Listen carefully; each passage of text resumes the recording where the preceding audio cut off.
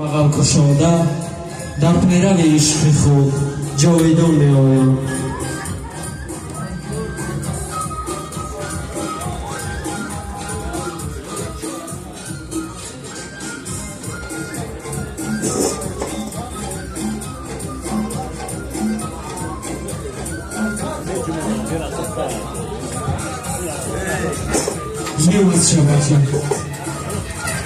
Hello.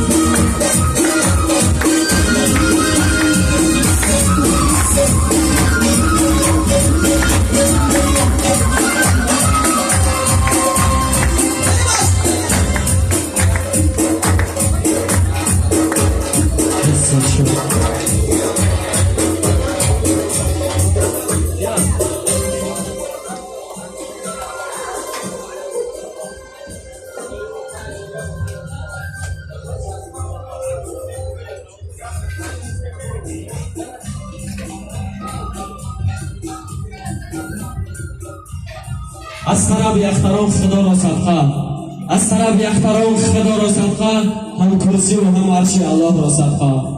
دنیا را به خاطر محمد ساختم، هم ارض و سما هم مصطفی را صدقه. جانثار مبشر جانثاران زنده ایم، جانثار مبشر جانثاران زنده ایم، با وطن با خاک و سنگ کوهساران زنده ایم. مصرع‌های آتشین شاهنامه عمر ماست، با سخنهای بلند و نیک و دوران زنده ایم. تاجیکستان تاج میخواهد زینند و نام ما، با وفا فرزند را خواهان بود ایام ما.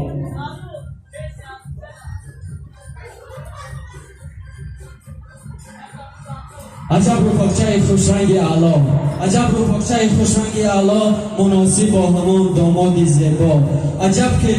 عجب کلینک منیژه وصال است، دو ابر هم شما نو هلال است.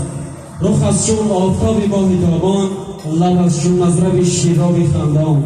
ببخشا عمر جاودان به هر دو، شوند با دولت و با اقبال چو هر دو. الها خوشه پیر کن این گل را، چونین که لول دماندی چو گل را.